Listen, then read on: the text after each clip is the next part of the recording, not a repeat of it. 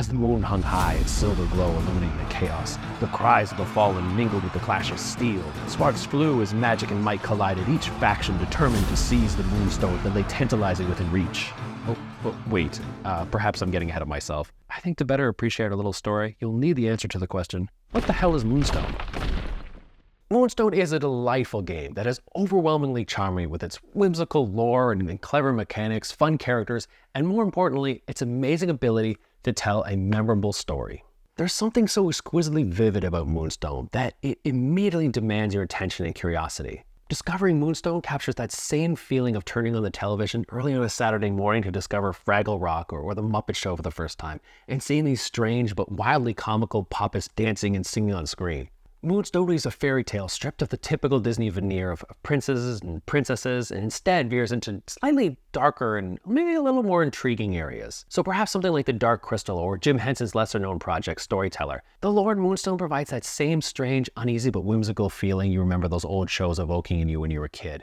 They weren't necessarily frightening, but you felt a little excited, a little uncomfortable watching them. But let me show you what I mean. Let's take a look at the lore. Welcome to the land of Tabor, a peaceful and mythical land of fantasy, where humans, goblins, gnomes, and all sorts of silly little creatures gather on clear summer nights, each anxiously gazing into the night with shaky hand and eyes that twinkle. But that glimmer comes not from the pearlescent rooms of Tabor, for you see, something else has arrived tonight. Sprouting out from the ground like crystalline toadstools, moonstones have graced this midnight ball, objects of mysterious wonder which the great factions of Tabor all scheme to ensnare in their greedy little hands. All have come to this meadow on this one somber night to witness the peace of this beautiful land disappear over the shining precipice of these glimmering and alluring stones, which when touched by daylight will turn to nothing more than dust. I think that's enough lore bedtime stories for tonight. With the little one asleep, let's head downstairs and take a look at how this game plays.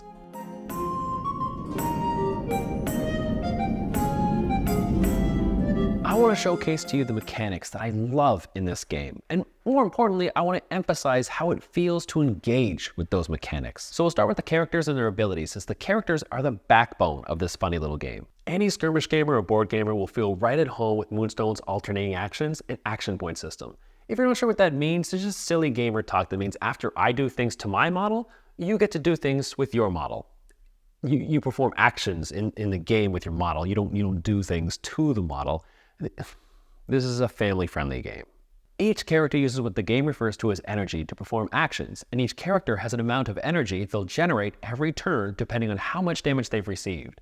So here, for example, our sweet little Broomhilda would only have one energy to use for her turn, because her other energy symbol, this blue dot here, is covered by damage. I love this system because it provides an incentive to keep certain characters healthy beyond simply wanting to keep the character alive. It adds a beautiful thematic touch where mechanically and thematically, I'm more invested into the well-being of my little men. Männer, ich bin eine Frau. And big, beautiful German women. And what do these lovely characters put their energy toward beyond the basics like moving and attacking? Well, each character has their own unique card, which are just brimming with special abilities, bonuses, special attacks, and just funny little ways to manipulate the mechanics of the game to your advantage in ways that just always make me laugh and feel like a kid, like I'm discovering something really cool for the first time. Moonstone's characters slowly come alive as you activate their abilities. Anya here removes her necklace as an action and unleashes this ghastly spirit trapped inside her to rampage across the battlefield. Kaufman showers the battlefield with gold, causing other models close by to greedily rush towards the fallen gold. This is where the game shines, by constantly creating these little narrative moments through its mechanics that simultaneously make you want to invest in its characters.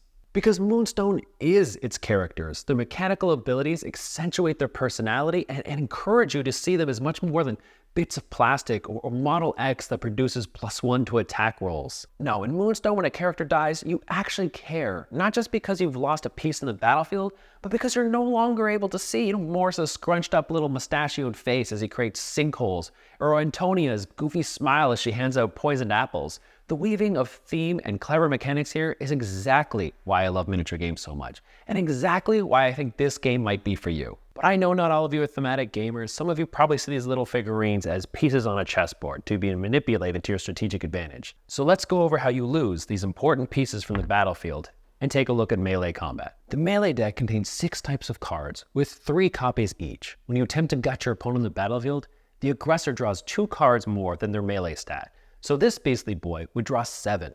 His prey, on the other hand, this little girl he's decided to pick on because he's a bully, would only draw 2 cards as the defender. Both players draw from this shared deck of cards that contains both offensive and defensive results, as well as cool damage type bonuses that characters can utilize for more impact. Now here is where the fun starts. Do you play cautiously and attempt to do damage while also protecting yourself, as if, perfectly reenacting the film The Duelist? Each participant just timidly poking at one another, crapping your pants that you might get stabbed? Or do you throw caution to the wind and forget about defense entirely and just go full out anime protagonist? You can only select one card, and that card will force you to deal and suffer damage depending on what the opponent plays in exchange.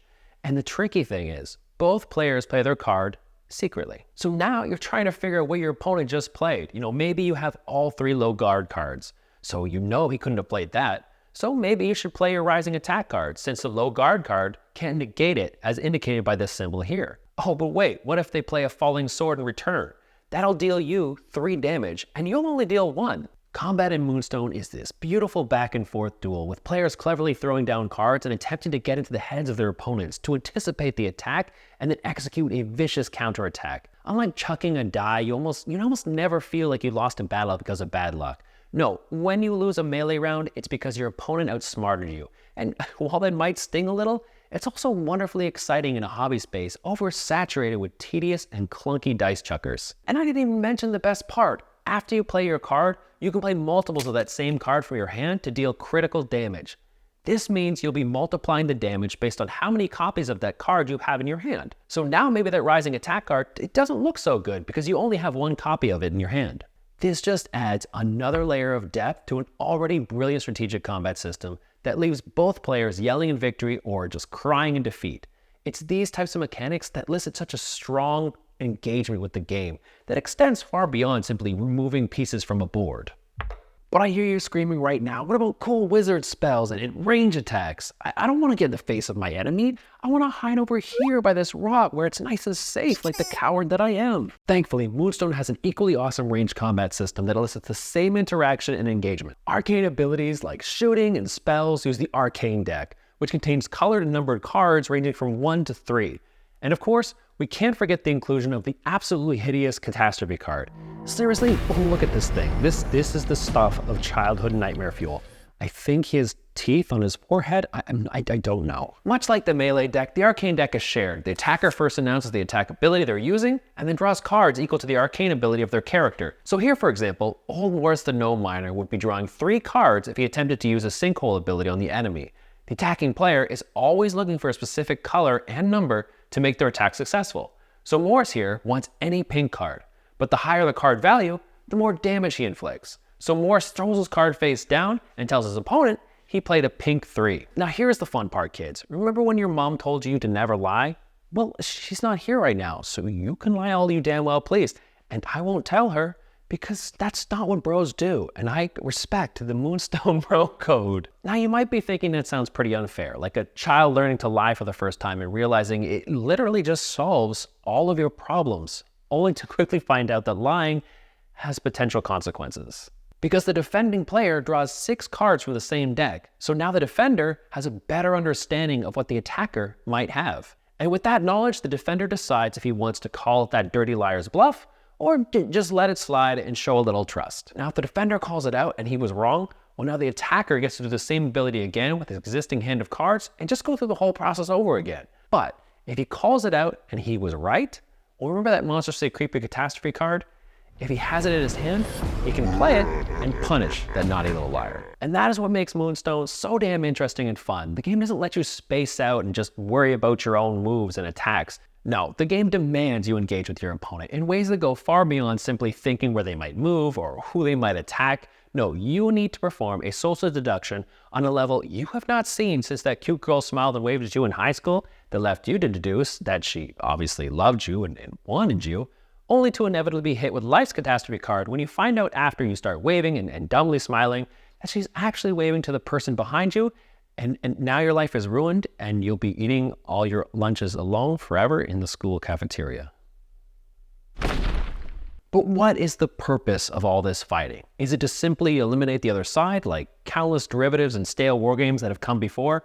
No, the purpose of Moonstone is to capture Moonstones, these strange four-sided dice littering the battlefield. At the start of every game, one player drops the Moonstones from above the board, and wherever they fall is where your characters will be battling. Fighting over these objectives makes the world feel a bit more alive and lived in. You know, it's not your typical beat the other side up before they beat you up style of miniature, where faceless armies smash together ad nauseum.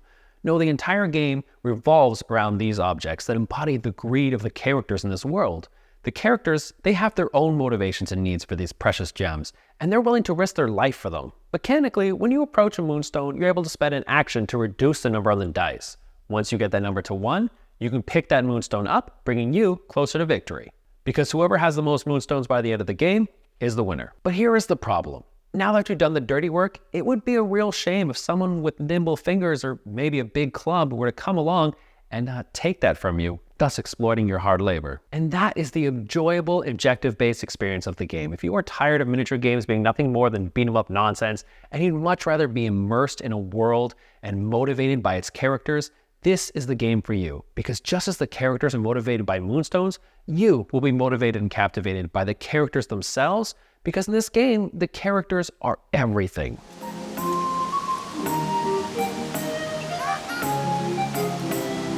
Moonstone is a game with some of the most beautiful sculpts you have ever seen. Absolutely just brimming with charm and fantasy just etched into every little detail of the game's models. It's a game with goblin pirates, fairies, aristocrats, spirits, trolls, and even little goblins that ride farting pugs. I adore the models in this game, so much so that I have purchased far more models than I can ever afford. Now I'm going to reveal something here, okay? And I don't want you to judge me. This channel is a safe space for hobbyists. I'm going to basically show you my gray unpainted plastic, which is like the hobby version of getting pushed into the girls' change room after being pantsed by some bullies. I have loads and loads of unpainted models from this game because I can't stop buying the damn things. Every model I see seems to whisper in my ear telling me that if I don't buy it right now, my life will be much worse for it. The beautiful thing about Moonstone and what separates it from other miniature games is that the damn sculpts, they just ooze character. Every little detail on every little model just tells this wonderful story and absolutely demands that you tell that story on your tabletop with your friends. Like, look at Mama Gimbal. I interpreted my mama to be constantly angry that her silly naughty gnome boys never make it home in time for dinner, leaving her hard work always going cold. So she just always looks like she's about to hit somebody on the head with a baguette if they talk back to her. I didn't need to read a bunch of lore to get that character. The sculpt itself is the character. It told me that story through its beautiful details. Details that I love to paint. And it is an absolute joy painting these figures. Their quality is top-notch, with little to no issues such as mold lines or bubbles. An especially nice break for those who are stuck painting dozens, if not hundreds, of large, monocolored refrigerator chessmen. And putting them together, although there were some fiddly bits here and there, really wasn't particularly difficult. Hell, I didn't even think I had to break out the green stuff to fill any of the gaps in these models, which is always refreshing. I have loads of miniatures on display downstairs in my cabinet, and even though I have a small number of Moonstone figures there, they're always the first figures people pick up when viewing my collection. There's just something about them that it draws people towards them.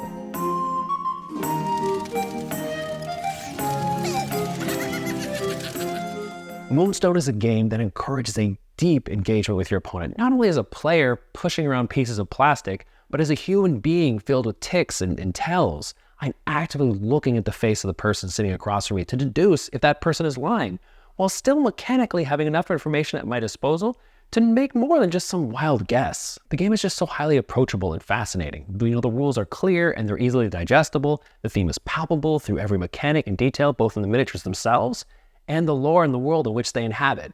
And the game appeals to all ages without feeling dumbed down or shallow. It's kid-friendly and yet somehow strongly evocative. It's a game that has always left both myself and the person sitting across from me smiling. And you know what, honestly, that's all I want in a tabletop game sometimes. Moonstone has my enthusiastic recommendation, whether you're a board gamer looking to maybe dip your toes into this hobby, or a seasoned veteran who just needs a charming break from the usual dice chuckers. Now, if you'll excuse me, the little one is acting up again, so I'm going to have to go back to reading. All right, where was I? As the battle raged on and the heroes of Tabor rose from the ashes of defeat, clutching the shining gemstones, the tangible manifestations of their insatiable greed, they looked up into the sky.